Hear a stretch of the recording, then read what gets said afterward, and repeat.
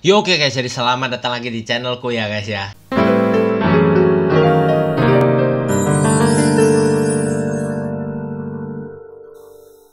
Nah oke guys ya, jadi untuk video kali ini ya guys ya, aku akan membahas mengenai fakta-fakta seputar Natal ya guys ya. Dan jujur, aku sangat tertarik guys untuk membahas ini karena apa? Ini seru banget guys ya. Jujur aku baru pertama kali tahu mengenai fakta-fakta menarik ini guys ya. Aku nggak tahu kalian udah pada tahu atau belum. Cuma ya kalau kalian baru tahu berarti kalian sama aku guys ya, oke? Jadi yuk langsung kita masuk aja ya guys ya. Nah, fakta yang pertama yaitu mengenai Natal yang diperingati pada tanggal 25 Desember. Nah, mungkin banyak dari kalian yang bertanya sama-sama kayak aku guys ya. Yaitu kalian bertanya-tanya kenapa sih kok Natal itu 25 Desember? Kenapa? Ya kan gitu. Nah, seperti yang kalian tahu bahwa Natal ini adalah hari raya umat Kristen untuk merayakan hari kelahirannya Tuhan Yesus ya guys ya. Nah, padahal di Alkitab sendiri itu tidak tertulis bahwa Yesus lahir pada tanggal 25 Desember. Tidak ada tertulis demikian. Tapi kenapa kok bisa Natal diperingati pada tanggal 25 Desember? Ayo. Nah, sebenarnya ini itu bermula daripada tahun 221 Masehi. Nah, ceritanya pada saat itu orang-orang itu berasumsi bahwa Natal itu pada terjadi pada musim semi. Berdasarkan cerita-ceritanya loh ya, itu musim semi gitu. Nah, akhirnya pada tahun 221 Masehi, seseorang sejarawan Roma bernama Sextus Julius Africanus, dia tuh mencatat bahwa Natal itu tanggal 25 Maret. Nah, tapi itu orang-orang masih pada belum ngerayain guys. Jadi cuma itu asumsinya dia doang gitu loh. Asumsi sejarawan Roma ini doang bahwa itu tuh 25 Maret Natal itu. Gitu. Dan itu beda 9 bulan kan sama Natal yang kita rayakan sekarang. Nah, terus juga ada beberapa kaum gereja ortodoks di Rusia dan Yunani itu dikabarkan merayakan Natal setiap tahun pada tanggal 6 sampai 7 Januari. Itu juga beda kan, meskipun ya deket lah sama Natalnya kita, cuma beda kan ya. Nah, sehingga karena begitu rancu kayak gitu dan gini gitu yang nggak jelas, akhirnya 300 tahun Masehi, jadi 3 abad pertama itu nggak ada ceritanya perayaan Natal sama sekali guys. Jadi yang Natal nggak dirayain gitu loh. Jadi mereka ya nggak ada lah perayaan Natal kayak gitu. Nah, akhirnya pada tahun 336 di sini dicatat bahwa perayaan Natal itu pertama kali dirayakan.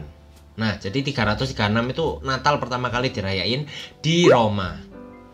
Dan itu pada tanggal 25 Desember. Nah, mungkin kalian tanya lah, kenapa kok di Roma tanggal 25 Desember? Kan gitu. Nah, ternyata gini guys ya. Ternyata waktu abad ketiga itu dipercaya bahwa kekaisaran Romawi ini belum memeluk agama Kristen. Jadi mereka ini masih yang namanya menyembah dewa. Dan dewa yang mereka sembah itu namanya Sol Invictus. Itu adalah dewa mataharinya Roma. Dan ini dewa mataharinya beda sama Jepang ya. Kalau Jepang kan ada Shinto, agama Shinto, dan itu juga nyembah dewa matahari. Ini beda ya dewa mataharinya. Ya nggak tahu beda apa sama. Pokoknya harusnya sih beda. Namanya beda soalnya. Yang ini Sol Invictus. Kalau dalam bahasa Indonesia artinya matahari tak terkalahkan. Nah, tanggal 25 Desember ini ceritanya merupakan hari kelahiran dari dewa matahari Sol Invictus ini. Jadi Sol Invictus itu lahir pada tanggal 25 Desember. Dan kekaisaran Romawi sebelum memeluk Kristen, dia ini merayakan hari itu terus. Karena itu kan hari spesial buat mereka. Karena itu kan hari keagamaannya mereka gitu.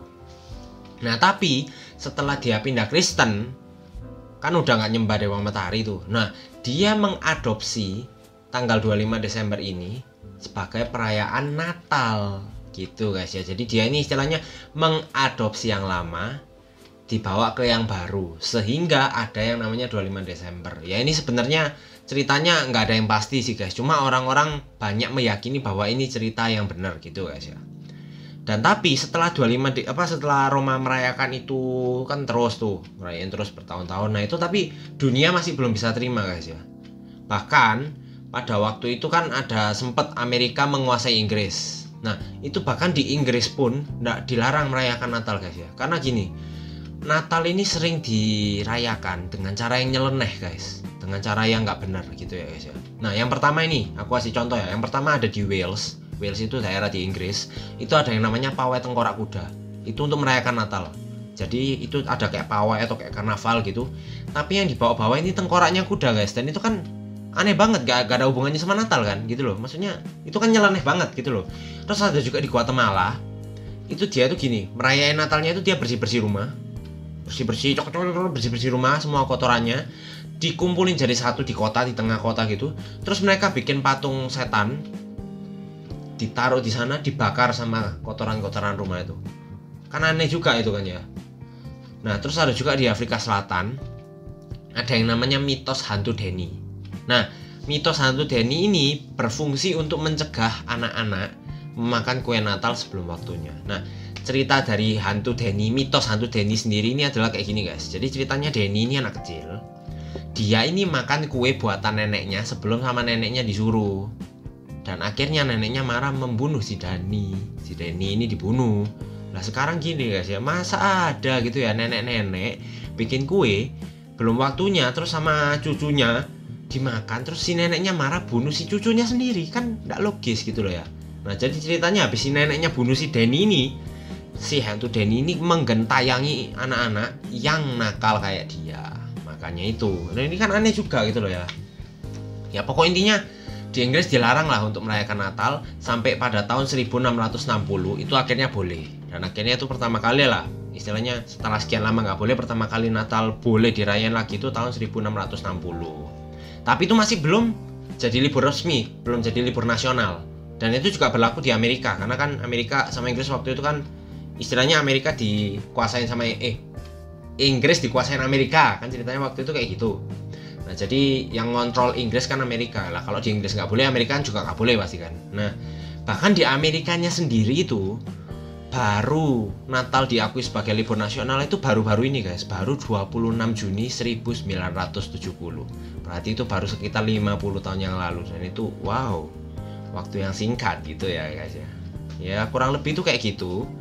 Kenapa kok 25 Desember ya? Karena itu tadi aku udah jelaskan semuanya ya guys ya. Dan ini wah menarik guys, aku baru tahu tentang kayak ginian ya.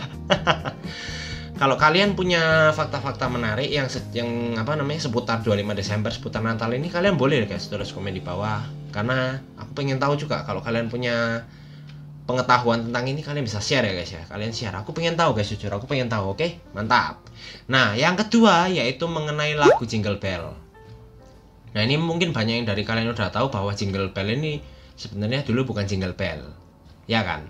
Nah, lagu Jingle Bell ini pertama kali ditulis oleh James Lord Pierpont pada tahun 1857 dengan judul One Horse Open Sleigh. Ya kan? Nah, lagu ini awalnya ini digunakan untuk lagu Thanksgiving-nya Amerika. Dan bahkan ya di Amerika itu ada sebuah plakat atau papan gitu, atau kayak tuh ya pokok plakat lah. Itu di 19 High Street di tengah Medford Square di Medford, Massachusetts. Massachusetts. Nah, di plakat itu tertulis bahwa Jingle Bell ditulis di sini. Kayak gitu guys ya. Nah, tapi banyak orang yang berpendapat bahwa Pierpont yang nulis ini itu sebenarnya adalah orang yang bajingan guys ya. Dia tuh ceritanya dia tuh menikah. Terus gak lama kemudian istrinya meninggal. Nah, dia habis istrinya meninggal itu dia langsung nikah lagi guys. Dalam waktu yang sangat-sangat singkat dia langsung nikah lagi. Dan bahkan katanya waktu pemakaman istri pertamanya dia nggak datang guys. Kan nggak bener itu. Pokoknya dia intinya dia nggak datang. Nah terus bahkan setelah itu anak-anaknya, jadi ceritanya dia udah punya anak nih, anak-anaknya nggak diurus guys, ditinggal, ditelantarin, dijadiin gembel, pengemis gitu. Kan nggak bener, ya kan? Nah makanya itu. Nah, bahkan lagu Jingle Bell ini dia tulis itu sebenarnya buat ini nemeni orang mabuk gitu. Jadi orang mabuk-mabukan, lagu backsound-backsoundnya itu loh. Itu tuh lagu Jingle Bell ini, bukan Jingle Bell dulu judulnya. One Horse Open Sleigh, lagu kayak gini. Nah, makanya kan kenapa kok bisa jadi lagu Natal? Nah, orang-orang percaya, meyakini bahwa waktu dia sama istrinya yang baru ini, dia kan pindah kota. Nah, waktu pindah kota itu dia ceritanya tobat terus jadi pastor. Makanya ini lagu jadi lagu Natal. Ya sebenarnya aku juga agak nggak paham, ini nggak masuk akal sih menurutku. Cuma ya intinya kayak gitu. Dan ini liriknya pasti dirubah guys ya. Liriknya tuh dirubah. Jadi liriknya yang dulu tuh sebenarnya nggak kayak sekarang. Cuma memang ada mirip-miripnya, mirip-mirip dikit gitu loh ya. Cuma dirubah lah intinya liriknya. Dan lumayan ya 50-50 lah diubahnya. Jadi dirubahnya itu kayak misalnya dalam satu bait itu dirubah 2 baris gitu, atau enggak dalam 1 baris itu dirubah beberapa kata gitu guys ya. Kata-kata yang kurang bagus dirubah supaya jadi lagu Jingle Bell yang sekarang yang kita tahu. Makanya kalau kita lihat Jingle Bell ini kan lebih ke arah yang lagu-lagu yang buat have fun gitu kan ya. Makanya itu ini sejarah dari lagu Jingle Bell ya guys ya. Jadi buat kalian yang punya fakta-fakta menarik tentang lagu Jingle Bell, aku ingetin ya guys ya, tulis di komen, aku juga mau tahu guys ya. Jangan kalian simpan sendiri ilmu-ilmu yang kalian punya itu ya, oke? Oke, selanjutnya yaitu fakta mengenai pohon Natal ya guys ya. Nah, seperti yang kita tahu sekarang ya, kita tuh pohon Natal itu kita taruh, kita hias buat hiasan. Nah, yuk siapa dari kalian yang di rumahnya punya pohon Natal terus kalian hias setiap tahunnya? Nah, itu kan pasti bagus kan ya kalau di rumah ada pohon Natal kayak gitu. Nah, tapi kalian tahu nggak sih pohon Natal ini datangnya dari mana? Kenapa bisa ada yang namanya pohon Natal? Nah, jadi ceritanya pohon Natal ini pertama kali itu cuma pohon biasa yang dibuat sebagai hiasan di festival musim dingin di Jerman pada zaman dulu. Jadi ada festival musim dingin di Jerman, hiasannya itu pakai pohon Natal. Bukan pohon Natal, pakai pohon cemara, itulah pohon cemara atau pohon pinus, itu nggak tahu aku, antara itu dipakai, tapi itu cuma dipajang doang, ditaruh. Jadi pohon ditebang ditaruh. Nah, ditaruh, oh bukan ditaruh, digantung. Jadi dulu itu dipasangnya itu kebalik guys ya. Jadi pohonnya ditebang sampai akar-akarnya, terus dipasang kebalik, digantung di langit-langit kayak gitu guys ya. Ya nggak tahu biar apa, pokoknya kayak gitu. Dan gak mungkin dikasih hiasan kan guys, karena apa digantung? Kalau dikasih hiasan ya jatuh semua dong hiasannya. Logiknya kan gitu aja. Nah, terus kapan pohon Natal mulai dihias? Kan gitu. Nah, sebenarnya ada banyak banget versi ceritanya. Cuma yang banyak diyakinin orang adalah versinya Martin Luther. Jadi ceritanya Martin Luther ini dia lagi jalan-jalan nih di hutan. Cuk. Nah, terus dia lihat pohon nih. Wah, terus imajinasinya jalan. Gimana kalau aku menyatukan langit yang begitu indah dan pohon? Boom! Akhirnya yang dia lakukan adalah dia tebang pohon, dia bawa pulang, terus dia taruh. Habis itu dia hias. Dia hiasnya tuh pakai lilin karena waktu itu belum ada lampu. Oke, jadi dia hiasnya tuh pakai lilin. Dan dia puas, wah bagus. Dan orang-orang lain juga lihat, wah bagus. Akhirnya yang dilakukan adalah mereka menggunakan ini sebagai pohon Natal gitu guys ya ceritanya. Dan pada tahun 1880 akhirnya si Thomas Alva Edison ini nemu lampu. Nah, jadi setelah itu baru pohon Natal dihias pakai lampu, nggak pakai lilin lagi. Karena sekarang kalian lihat kan kayaknya nggak pernah deh aku lihat pohon Natal pakai lilin lagi kan, rata-rata pakai lampu. Nah, itu lebih tepatnya pada tahun 1882 si temennya Edison ini ceritanya punya ide buat masang lampu di pohon Natal ini. Dia ngasih tahu ke Edison dan bilang, bro, gimana kalau kita buka bisnis pemasangan lampu pohon Natal? Nah, Edisonnya setuju. Akhirnya ya udah, dia buka jasa masang pohon lampu Natal gitu. Dan ya itulah pohon Natal yang kita kenal sampai sekarang. Ya kurang lebih sejarahnya pohon Natal kayak gitu guys ya. Nah, buat kalian yang punya info-info menarik, jangan lupa komen. Komen, aku juga mau tahu gitu ya guys ya. Mantap.